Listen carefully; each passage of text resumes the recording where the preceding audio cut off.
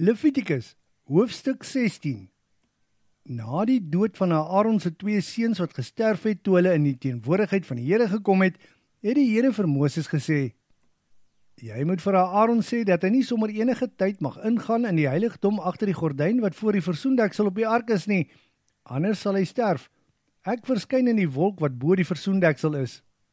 Aaron moet met 'n jong bul as 'n sondeoffer en 'n ram as 'n brandoffer by die heiligdom ingaan. Hy moet die heilige linne priesterrok en die gepaardgaande broek van linne aan hê. Daarby moet hy omgord wees met die linnegordel en die linne tulband moet op sy kop wees, want dit is heilige klere. Voordat hy dit aantrek, moet hy eers 'n bad neem. Hy moet van die Israelitiese vergadering 2 bokramme as 'n sondeoffer en 1 ram as 'n brandoffer vat. Die bul wat as sondeoffer vir homself bedoel is, moet hy offer en versoening doen vir homself en vir sy huis. Hy moet die 2 bokramme in die teenwoordigheid van die Here laat staan by die ingang van die tabernakel. Dan moet hy die lot werp oor die 2 bokramme.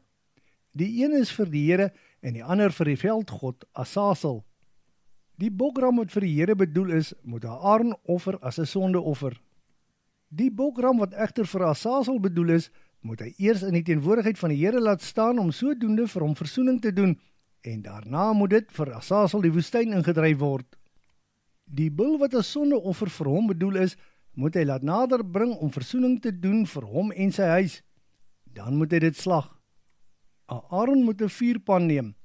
Daarop moet warm kole wees wat kom vanaf die altaar wat in die teenwoordigheid van die Here staan.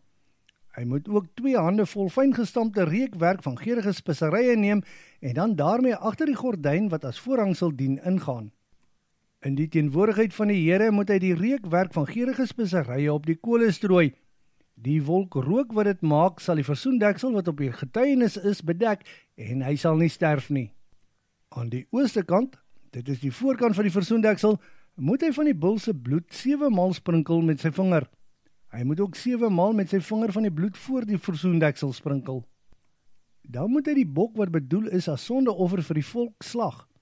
Hy moet die bloed daarvan agter die gordyn wat as voorhangsel dien inbring.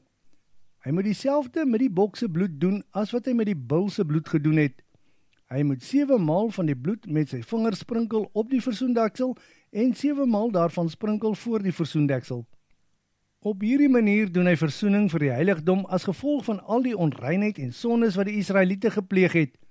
Hy moet dit ook doen vir die tabernakel wat tussen hulle en hulle onreinheid opgerig is.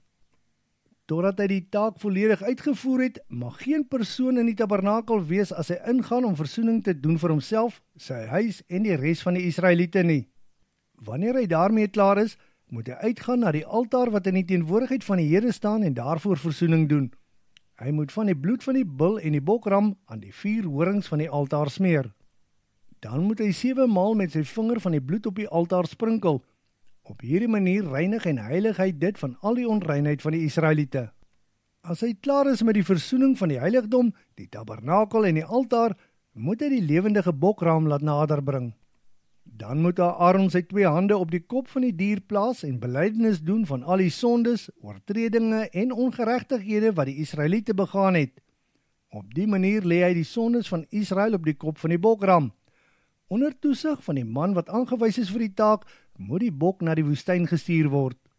Op die wyse dra die bokram al die sondes van die Israeliete na 'n woeste en onherbergsame plek.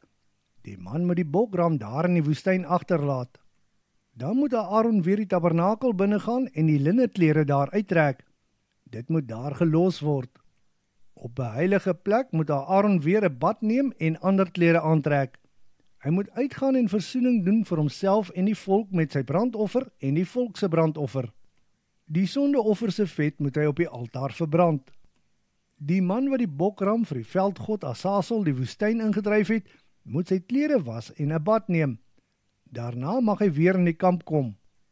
Die bul en die bokram wat bedoel is vir sondeoffers en waarvan die bloed in die heiligdom gebring is om daarmee versoening te doen, moet geheel en al buite die kamp verbrand word, die velle, vleis en pensmis daarvan.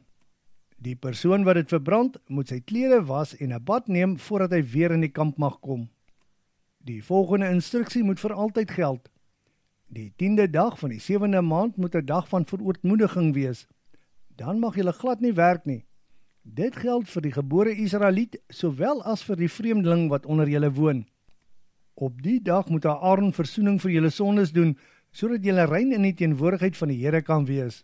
Dit moet vir julle 'n buitengewone rusdag wees waarop julle julleself verootmoedig. Hierdie instruksie geld van geslag tot geslag as 'n ewige insetting. Die priester wat in die tyd gesalf is om in die plek van sy vader as hoëpriester te dien, moet die versoening behartig. Hy moet die heilige linneklere aantrek. Hy moet versoening doen vir die allerheiligste, die tabernakel en die altaar. Hy moet ook versoening doen vir die ander priesters en die res van die Israeliete. Hierdie instruksie geld vir altyd. Daar moet 1 keer per jaar versoening gedoen word vir al die sondes van die Israeliete. Toe het hy presies gedoen soos die Here vir Moses beveel het.